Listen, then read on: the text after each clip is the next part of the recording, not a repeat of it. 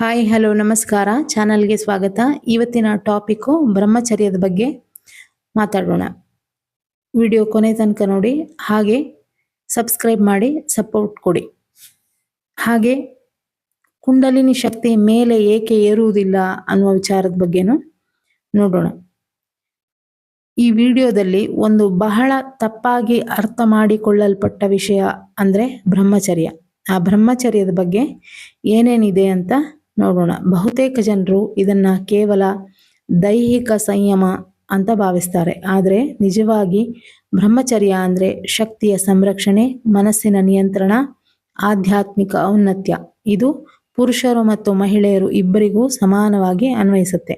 ಹಾಗಾದ್ರೆ ಬ್ರಹ್ಮಚರ್ಯ ಅಂದ್ರೆ ಏನು? ಬ್ರಹ್ಮನೆಡೆಗೆ ನಡೆಯುವುದು, ಉನ್ನತ ಚೇತನದಲ್ಲಿ ಬದುಕುವುದು, ಅರ್ಥಾತ್ ಇಂದ್ರಿಯ ನಿಯಂತ್ರಣ, ಮನಸ್ಸಿನ ಶುದ್ಧತೆ, ಶಕ್ತಿಯ ಸದುಪಯೋಗ. ಆಧ್ಯಾತ್ಮಿಕ ಪರಂಪರೆಯ ಪ್ರಕಾರ ವೀರ್ಯ ಅಂದ್ರೆ ಜೀವಶಕ್ತಿ. ಜೀವಶಕ್ತಿ ಕುಂದಿದರೆ ಮನಸ್ಸು ಅಸ್ಥಿರ. ಬ್ರಹ್ಮಚರ್ಯ ಇಲ್ಲದಿದ್ರೆ ಕಂಡುಬರುವ ಪರಿಣಾಮಗಳು ಅಂದ್ರೆ ಆತ್ಮವಿಶ್ವಾಸದ ಕೊರತೆ, ದೌರ್ಬಲ್ಯ, ಚರ್ಮ ಸಮಸ್ಯೆ, ನಿದ್ರಾಹೀನತೆ, ಮನಸ್ಸಿನ ಅಶಾಂತಿ. ಮಹಿಳೆಯರಲ್ಲಿ ಬ್ರಹ್ಮಚರ್ಯ ಬಹಳ ಮಹತ್ವದ್ದು, ಆದರೆ ವಿಭಿನ್ನ ರೀತಿಯಲ್ಲಿ. ಮಹಿಳೆಯರಲ್ಲಿ ಶಕ್ತಿ ಭಾವನಾತ್ಮಕ, ಸೃಜನಾತ್ಮಕ ಮತ್ತು ಆತ್ಮಿಕ. ಬ್ರಹ್ಮಚರ್ಯ ಇಲ್ಲದಿದ್ದಾಗ ಭಾವನಾತ್ಮಕ ಅಸ್ಥಿರತೆ, ಶಕ್ತಿಯ ಕೊರತೆ, ಸಂಬಂಧಗಳಲ್ಲಿ ನೋವು, ಏಕಾಗ್ರತೆಯ ಕೊರತೆ ಇದೆಲ್ಲ ಕಂಡುಬರುವ ಸಾಧ್ಯತೆ ಇರುತ್ತೆ. ಬ್ರಹ್ಮಚರ್ಯ ಪಾಲಿಸಿದಾಗ ಆತ್ಮವಿಶ್ವಾಸ, ಒಳಗಿನ ಶಾಂತಿ, ಆಕರ್ಷಕ ವ್ಯಕ್ತಿತ್ವ, ಸ್ಪಷ್ಟ ಚಿಂತನೆ ಬರೋದು. ಮನಸ್ಸು, ಪ್ರಾಣ, ಜೀವಶಕ್ತಿ ಒಂದನ್ನು ನಿಯಂತ್ರಿಸಿದರೆ ಉಳಿದವು ನಿಯಂತ್ರಣಕ್ಕೆ ಬರುತ್ತೆ. ಹೇಗೆ ಅಂತ ನೋಡೋದಾದ್ರೆ, ಧ್ಯಾನದಿಂದ ಮನಸ್ಸು ಶಾಂತವಾಗುತ್ತೆ, ಪ್ರಾಣಾಯಾಮದಿಂದ ಪ್ರಾಣ ಸಮತೋಲನವಾಗುತ್ತೆ, ಸಂಯಮದಿಂದ ಶಕ್ತಿ ಸಂರಕ್ಷಣೆ ಆಗುತ್ತೆ. ಕುಂಡಲಿನಿ ಶಕ್ತಿ ಮತ್ತು ಬ್ರಹ್ಮಚರ್ಯ. ಕುಂಡಲಿನಿ ಮೂಲಾಧಾರ ಚಕ್ರದಲ್ಲಿ ಸುಪ್ತವಾಗಿರುವ ದೈವಿಕ ಶಕ್ತಿ. ಇದು ಜಾಗೃತವಾದಾಗ ಚಕ್ರಗಳು ಸಕ್ರಿಯವಾಗುತ್ತೆ, ಮನಸ್ಸು ಶುದ್ಧಗೊಳ್ಳುವುದರಿಂದ ಆಧ್ಯಾತ್ಮಿಕ ಜಾಗೃತಿ ಹೆಚ್ಚುತ್ತೆ. ಬ್ರಹ್ಮಚರ್ಯ ಇಲ್ಲದೆ ಕುಂಡಲಿನಿ ಏಕೆ ಮೇಲೆ ಏರುವುದಿಲ್ಲ ಅನ್ನುವ ಪ್ರಶ್ನೆಗೆ ಆಧ್ಯಾತ್ಮಿಕ ಪರಂಪರೆಯ ಪ್ರಕಾರ ಜೀವಶಕ್ತಿ ಕೆಳಗಿನ ಚಕ್ರಗಳಲ್ಲಿ ವ್ಯರ್ಥವಾದರೆ ಮೇಲಿನ ಚಕ್ರಗಳಿಗೆ ಶಕ್ತಿ ಏರುವುದಿಲ್ಲ. ಅತಿಯಾದ ಕಾಮಾಸಕ್ತಿ ಶಕ್ತಿ ಮೂಲಾಧಾರದಲ್ಲೇ ಸಿಲುಕತ್ತೆ. ಶಕ್ತಿ ಇರುವುದು ಒಂದೇ, ಕೆಳಗಡೆ ಹರಿದಾಗ ಅದು ಸೆಕ್ಷುವಲ್ ಎನರ್ಜಿ, ಮೇಲೆ ಏರಿದಾಗ ಅದೇ ಎನರ್ಜಿ, ಅದೇ ಶಕ್ತಿ ಆಧ್ಯಾತ್ಮಿಕ ಪವರ್ ಆಗಿ ಬದಲಾಗುತ್ತೆ. ಅಶುದ್ಧ ಚಿಂತನೆ, ಮನಸ್ಸು ಚಂಚಲವಾಗುವುದು. ಇದರಿಂದ ಇಂದ್ರಿಯಾಸಕ್ತಿ ಜಾಸ್ತಿ ಆದಾಗ ಪ್ರಾಣಶಕ್ತಿ ಕೆಳಕ್ಕೆ ಹರಿಯುತ್ತೆ. ಬ್ರಹ್ಮಚರ್ಯ ಶಕ್ತಿಯನ್ನು ಮೇಲಕ್ಕೆ ತಿರುಗಿಸುವ ಕೀಲಿಕೈ. ಬ್ರಹ್ಮಚರ್ಯ ಎಂಬುದು ಸೆಕ್ಷುವಲ್ ಎನರ್ಜಿಯನ್ನು ಸಪ್ರೆಸ್ ಮಾಡೋದಲ್ಲ, ಅದನ್ನು ಆಧ್ಯಾತ್ಮಿಕ ಶಕ್ತಿಯಾಗಿ ಪರಿವರ್ತನೆ ಮಾಡುವಂತಹ ಕ್ರಿಯೆ. ನಿಯಮಿತ ಮತ್ತು ನಿರಂತರ ಧ್ಯಾನ, ಪ್ರಾಣಾಯಾಮ, ಮಂತ್ರ ಜಪ, ದೇವಿ ದೇವರ ಉಪಾಸನೆ, ಕ್ರಿಯೇಟಿವ್ ವರ್ಕ್ನಲ್ಲಿ ನಮ್ಮನ್ನು ನಾವು ತೊಡಗಿಸಿಕೊಳ್ಳುವುದರ ಮೂಲಕ ಶಕ್ತಿ ಸ್ವಾಧಿಷ್ಠಾನ, ಮಣಿಪೂರ, ಅನಾಹತ, ಆಜ್ಞಾ, ಸಹಸ್ರಾರದ ಕಡೆಗೆ ಏರುತ್ತೆ. ಪುರುಷರಲ್ಲಿ ಮತ್ತು ಮಹಿಳೆಯರಲ್ಲಿ ಕುಂಡಲಿನಿ ಹೇಗೆ ಜಾಗೃತವಾಗುತ್ತೆ ಅನ್ನೋದಾದರೆ, ಪುರುಷರಲ್ಲಿ ವೀರ್ಯ ಸಂರಕ್ಷಣೆ, ಅದರಿಂದ ಓಜಸ್ಸು ವೃದ್ಧಿಯಾಗುತ್ತೆ, ಓಜಸ್ಸಿನಿಂದ ತೇಜಸ್ಸು, ತೇಜಸ್ಸಿನಿಂದ ಮುಖದ ಕಾಂತಿ, ಹಾಗೆ ಆಧ್ಯಾತ್ಮಿಕ ಪ್ರಗತಿ ಕಾಣುತ್ತೆ.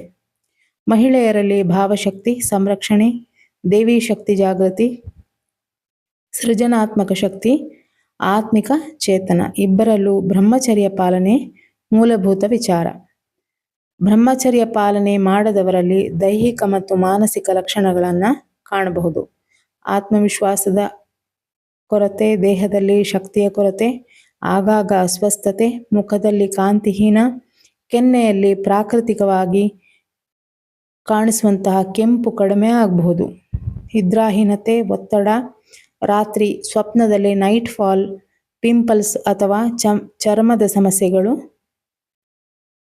ಕಾಣಿಸ್ಕೊಳ್ಳುತ್ತೆ.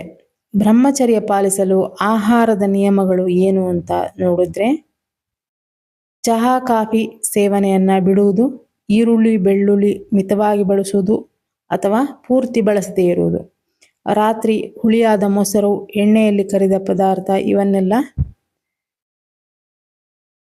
ಇವನ್ನೆಲ್ಲ ಬಿಟ್ಟು ಬಿಡಬೇಕು.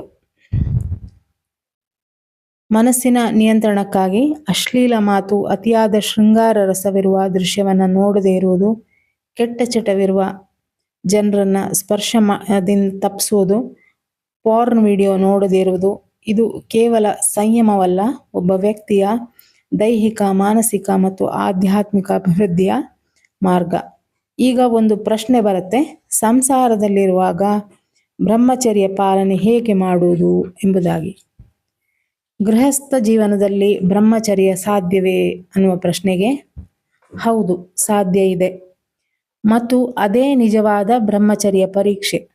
ಬ್ರಹ್ಮಚರ್ಯ ಅಂದರೆ ಸಂಸಾರದ ತ್ಯಾಗವಲ್ಲ, ಜಾಗೃತ, ನಿಯಂತ್ರಿತ, ಪವಿತ್ರ ಜೀವನ. ಸಂಸಾರದಲ್ಲಿ ಇರುವವರಿಗೆ ಜವಾಬ್ದಾರಿಯುತ ದಾಂಪತ್ಯ, ಕಾಮಾಸಕ್ತಿಯ ನಿಯಂತ್ರಣ, ಶಕ್ತಿಯ ವ್ಯರ್ಥತೆ ತಪ್ಪಿಸೋದು, ಪ್ರೀತಿ ಗೌರವ ಇದ್ದಾಗ ಸಂಬಂಧವನ್ನ ಪವಿತ್ರವಾಗಿ ನೋಡುವುದು, ಶಾರೀರಿಕ ಸಂಬಂಧವನ್ನ ವ್ಯಸನವಾಗಿಸಬಾರದು, ಮನಸ್ಸು, ಭಾವನೆ ಮತ್ತು ಆತ್ಮೀಯತೆ ಮುಖ್ಯ ಉದ್ದೇಶ, ಸಂತಾನ, ಪ್ರೀತಿ, ಸಂಬಂಧ ಗಾಢತೆ, ಪರಸ್ಪರ ಗೌರವ, ಒತ್ತಾಯವಿಲ್ಲದ ಸಾಮೀಪ್ಯ, ಭಾವನಾತ್ಮಕ ಸಂಪರ್ಕ, ದೇಹಕ್ಕಿಂತ ಹೃದಯದ ಸಂಪರ್ಕ ಬಲವಾಗಿದ್ದಾಗ, ಒಬ್ಬರನ್ನ ಇನ್ನೊಬ್ಬರು ಅರ್ಥ ಮಾಡಿಕೊಂಡಾಗ ಈ ಬ್ರಹ್ಮಚರ್ಯ ಪಾಲನೆ ಸುಲಭವಾಗಿ ಆಗುತ್ತೆ.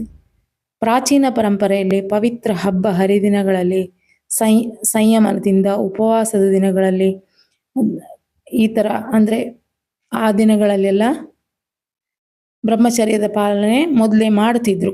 ಧಾರ್ಮಿಕ ಆಚರಣೆಗಳ ಸಮಯದಲ್ಲಿ ಸಂಯಮದಿಂದ ಇರೋದ್ರಿಂದ ಇದು ಶಕ್ತಿಯನ್ನ ಮೇಲಕ್ಕೆ ತಿರುಗಿಸುತ್ತೆ. ಬ್ರಹ್ಮಚರ್ಯ ಅನ್ನೋದು ದೇಹದಿಂದ ಮಾತ್ರವಲ್ಲ, ಮನಸ್ಸಿನಿಂದ ಆರಂಭವಾಗುವುದು.